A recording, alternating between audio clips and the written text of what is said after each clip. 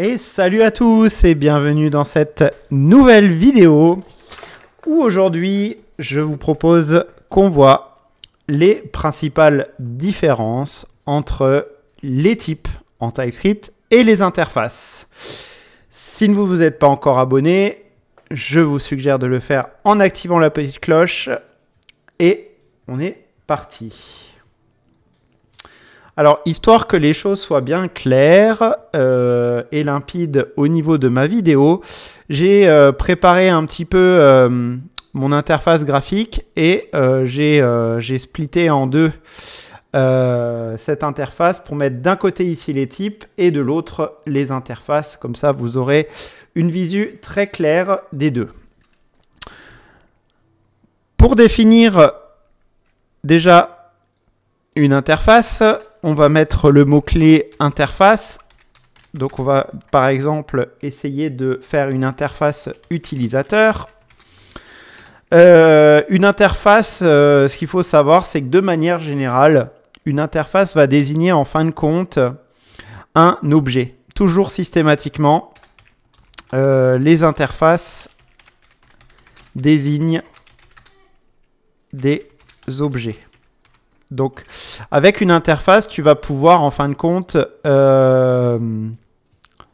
du coup, déclarer, par exemple, la structure d'un objet. Et tu vas pouvoir, derrière, dire, par exemple, je fais un utilisateur 1 qui est de type utilisateur. Et dans l'interface, tu vas décrire quelles sont les clés, quels sont les types de ces clés. Par exemple, un utilisateur peut avoir un nom qui sera de type chaîne de caractères et il peut avoir également un âge qui sera de type number. À ce moment-là, ici, j'aurai automatiquement une erreur. Pourquoi? Parce que là, il va falloir que je déclare tout de suite la valeur de cette constante en disant qu'elle possède un nom, Yannick par exemple, et virgule âge 36. Voilà. Et de cette manière-là, si jamais à un moment donné ou à un autre, je rajoute une clé qui n'existe pas dans le tableau, par exemple, dans le tableau, dans l'objet, je veux dire, je crée par exemple un prénom, Yann, voilà, ça va automatiquement, ici à ce niveau-là, générer une erreur parce qu'il va dire que prénom n'existe pas dans cette interface. De la même manière, si jamais je m'amuse à mettre autre chose qu'un number, on verra que ça générera également une erreur de ce côté-là, puisque ce n'est pas la structure que j'ai déclarée ici au-dessus. Voilà pour les interfaces et voilà pour la base des interfaces. Les types, de son côté, on va pouvoir déclarer un type utilisateur de la même manière, est égal. Alors là, pour le coup, la différence fondamentale entre là et là, je vais faire utilisateur type, histoire qu'il ne râle pas. Je vais avoir ici dans les types un égal, alors que là, je n'ai pas de égal. J'ai directement ici, juste après le nom de mon interface, j'ai tout de suite une accolade. Il n'y a pas de égal dans le cas de l'interface. C'est pour ça que je disais qu'une interface désigne forcément un objet. Et ça, c'est déjà la première grosse différence, comme on va voir juste après. Donc là, je peux lui dire par exemple, pareil, il y aura un nom et il y aura un âge de type number. Voilà. Et si je fais donc ici la même chose que j'ai fait là, utilisateur 2 par exemple, voilà. Et bien là, on verra qu'il n'y a pas de problème, ça marche exactement de la même façon. Du coup, quand on voit d'un côté ici ça et ça, on peut se dire « Ah !» Mais finalement, les types et les interfaces, c'est exactement la même chose. Eh bien non, il y a des différences majeures. Et je vous propose de voir lesquelles. Donc, interface et type semblent identiques, mais leurs usages vont être différents, juste avec les différences qu'on verra juste après. Alors déjà, au niveau de l'extensibilité, on peut étendre une interface ou un type, mais attention, les syntaxes vont changer d'un côté comme de l'autre. Donc là, je vais corriger juste ma petite erreur, histoire d'être cohérent. Et hop, alors attendez voir, tac, tac. Voilà, je vais essayer d'avoir quelque chose de très harmonieux. Voilà. OK. Alors d'un côté, les interfaces, on va pouvoir par exemple dire ici, je veux créer de ce côté-là une interface admin. Et là, je vais pouvoir utiliser le mot-clé extends. Voilà, donc comme pour les notions d'héritage en POO par exemple. Utilisateur. Voilà. Et là, on voit que ça fonctionne bien. On va rajouter ici, par exemple, des permissions en disant que ce sera un tableau de chaîne de caractères. Voilà, donc ça, c'est dans le cas de l'interface. On va utiliser ce mot-clé-là. Dans le cas des types, pour faire de l'extensibilité, on va dire, par exemple, qu'on crée un type admin type. Et là, on va utiliser le égal, hein, comme tout à l'heure. On va dire est égal à utilisateur type. Et on va utiliser le mot-clé et commercial pour ajouter une deuxième définition ici. Par exemple, permission de type chaîne de tableau de chaîne de caractères. Voilà, ici point virgule, point virgule.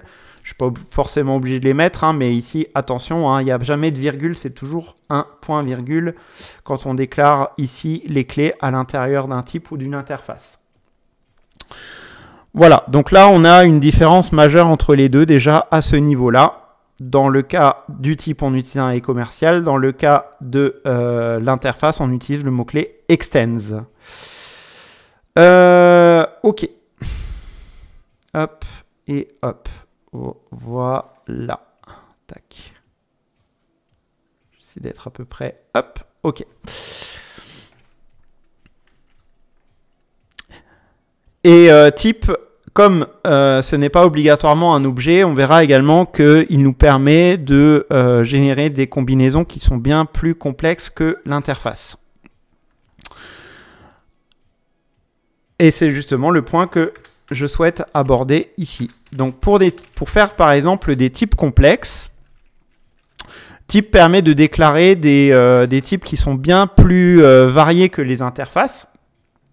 Donc typiquement, ce que je vais pouvoir faire par exemple, c'est définir un type ID. Dans le cas par exemple où on aurait des ID auto-incrémentés et on voudrait que le type ID soit de type number, soit de type par exemple UID, on pourrait lui dire ici, je crée un type ID qui serait soit de type number, soit de type chaîne de caractères. Avec le OU, hein, donc, qui je le rappelle, est le sigle pour indiquer qu'on est sur un type union. Donc ça ou ça. Voilà, donc là, union de type. Voilà, ça c'est des choses qu'on peut faire avec les types, mais pas avec les interfaces. On va être vite bloqué. Pourquoi? Parce que quand on va déclarer notre interface, et ben en fait, ici, je suis contraint par ces accolades-là. Donc je ne peux pas ici déclarer une interface de la même manière que je déclarerais un type. Donc là, je suis bloqué à ce niveau-là. Hop, je le mets là. On est bloqué. On est forcément bloqué. Avec les types, on peut également déclarer ce qu'on appelle des tuples. J'en avais parlé déjà dans une précédente vidéo. On va pouvoir dire ici number, virgule, string. Donc là, en fait, qu'est-ce qu'on a? On a un tableau indexé où la première entrée est un nombre et la deuxième entrée est une chaîne de caractères. Et ça, c'est ce qu'on appelle un tuple. Pareil, dans le cas des interfaces, on est bloqué de la même manière. On a un troisième type également qu'on peut créer. C'est un type qu'on pourrait réutiliser par exemple pour une fonction. On pourrait dire type callback est égal à message :string flèche void. Alors ça veut dire quoi? Ça vous permet en fin de compte de faire le prototype d'une fonction. Typiquement, par exemple, je pourrais ici déclarer une fonction présentation, voilà, qui serait de type callback, et pour le coup, qui serait égal, comme je l'ai fait précédemment ici, je rajoute un message, et là, je vais mettre le corps de ma fonction. Et là, on voit que ça marche bien. L'avantage de l'avoir d'avoir mis la définition juste ici au-dessus, c'est que là, message, pour le coup, il saura que c'est bien une chaîne de caractères. Le type est défini ici au-dessus et le corps de la fonction en dessous. Ça, c'est des choses qu'on voit très souvent, par exemple, quand on fait du C++, on va déclarer le prototype de la fonction avant la définition, l'implémentation concrète. Et là, on pourrait faire, par exemple, un console.log de message. Voilà. Et si jamais, ici, au fur et à mesure que je vais taper le code à l'intérieur, je vais aussi pouvoir bénéficier d'autocomplétion. Par exemple, ici, voilà, length. Par exemple, ici, map. Ou par exemple, include. Voilà, si j'ai besoin de faire de chercher, par exemple, une chaîne de caractères à l'intérieur de mon message, voilà, je vais avoir l'autocomplétion gratuite du fait que j'ai ici rajouté ce prototype au-dessus. Donc, quand est-ce qu'on va utiliser type? On va utiliser type notamment quand on va vouloir faire des types un petit peu plus complexes et qu'on souhaite les réutiliser un petit peu partout dans notre code. Voilà. Alors que les interfaces, on les utilisera plus souvent. Alors, je vais dédier une vidéo par la suite sur les classes et objets, mais il y a deux cas d'utilisation, moi, personnellement, où je vois où on utilise plus les interfaces. D'une part, par exemple, dans React, quand on va faire, par exemple, des composants, on va déclarer une interface pour pouvoir déclarer les propriétés de notre composant, les fameuses props. Et il y a un deuxième cas également où on utilise beaucoup cette façon de faire, c'est dans les classes et objets, pour pouvoir, par exemple, dans le cas d'une classe, on va déclarer une interface et pour l'implémentation concrète de la classe, on va utiliser une implémentation concrète, donc en utilisant les mots-clés class implements de l'interface, on va pouvoir comme ça, de cette manière, déclarer l'interface de notre classe d'un côté et le corps, c'est-à-dire l'implémentation concrète de la classe directement dans notre code. Et ça, je vous montrerai ça dans une prochaine vidéo. D'ailleurs, n'hésite pas à me dire en commentaire si jamais tu as une question sur le sujet.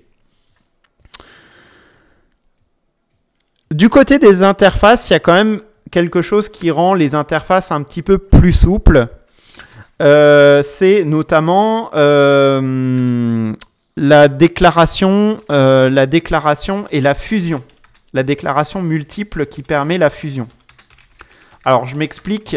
C'est quelque chose d'assez vague dit comme ça. Mais si par exemple, j'ai une interface student dans laquelle je définis un nom, par exemple, de type chaîne de caractères. Et si je redéclare en dessous l'interface avec ici une propriété âge de type number, et en fait, l'interface student va fusionner automatiquement les propriétés que je vais déclarer ici et ici. Ça, c'est une particularité, par exemple, des interfaces. Donc, quand là, par exemple, je vais faire un student qui sera de type student, et qui sera égal, du coup, à, hop, comme ceci, un nom, Yannick. Et là, si je survole ici, on verra que il manque l'âge, bien évidemment. Donc là, hop, je déclare mon âge, 36. Et voilà. Et donc là, on voit que effectivement, ça m'a bien fusionné tout ce que j'avais là, plus tout ce que j'avais là.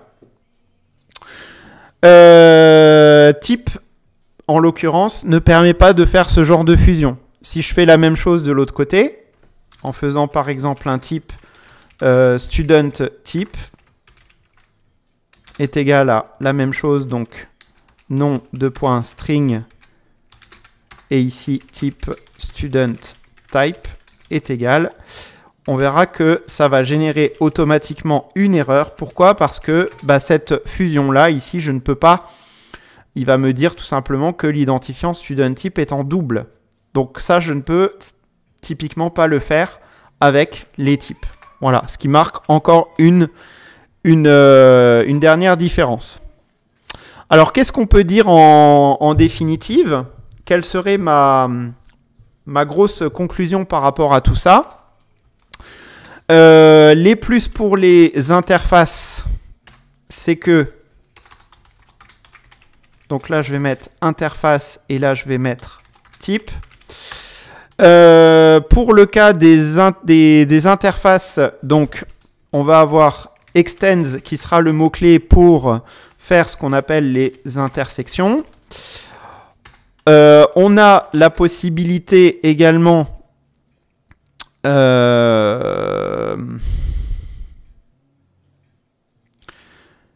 fusionner. Donc fusionner les définitions. Voilà, comme on vient de le voir à l'instant. Et ce sera idéal pour tout ce qui est API, déclaration des objets par exemple dans le cas des API en JSON.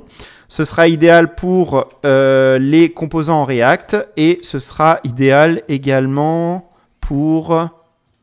Oui voilà, pour les API aussi, ce sera bien pratique de déclarer des interfaces. Alors pour les API, je vous montrerai ultérieurement, mais...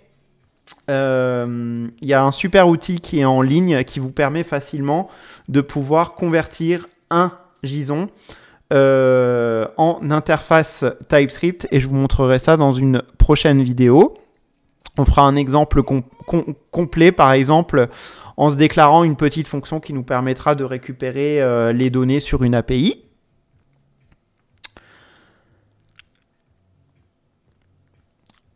Ensuite, d'un point de vue des types, qu'est-ce qu'on peut retenir? Pour l'extensibilité, je vais utiliser donc du coup le mot-clé et commercial. D'ailleurs, ici, c'était extensibilité que je voulais dire, pas forcément intersection. Enfin, intersection, extensibilité, voilà, c'est pareil. Ici, dans le cadre des types, on va pouvoir déclarer des tuples. On va pouvoir également déclarer déclaration de fonction. Donc ça, c'est tout à fait possible en utilisant des types. Et c'est idéal pour déclarer des types avancés et des unions de types, par exemple.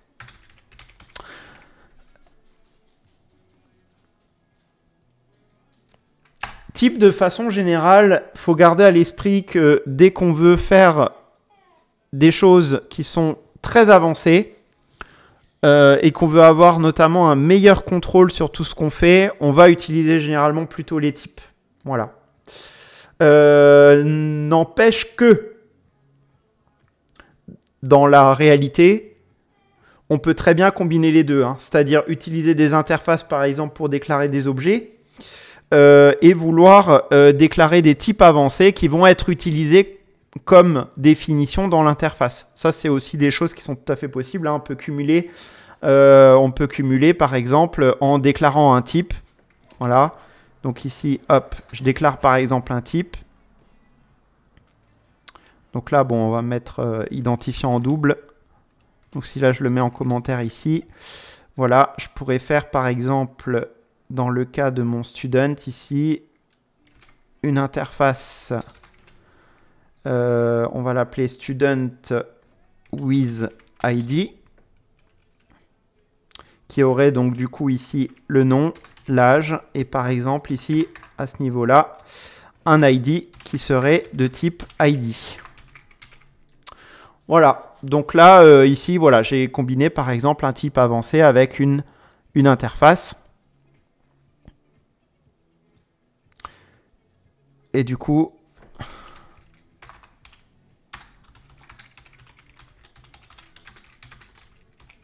possibilité de cumuler les deux.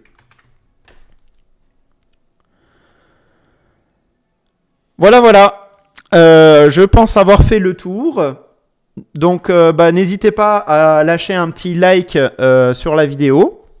N'hésitez pas également, comme je l'ai dit en début de vidéo, à vous abonner si ce n'est pas déjà fait. Et je vous retrouve dans une prochaine vidéo. Ciao.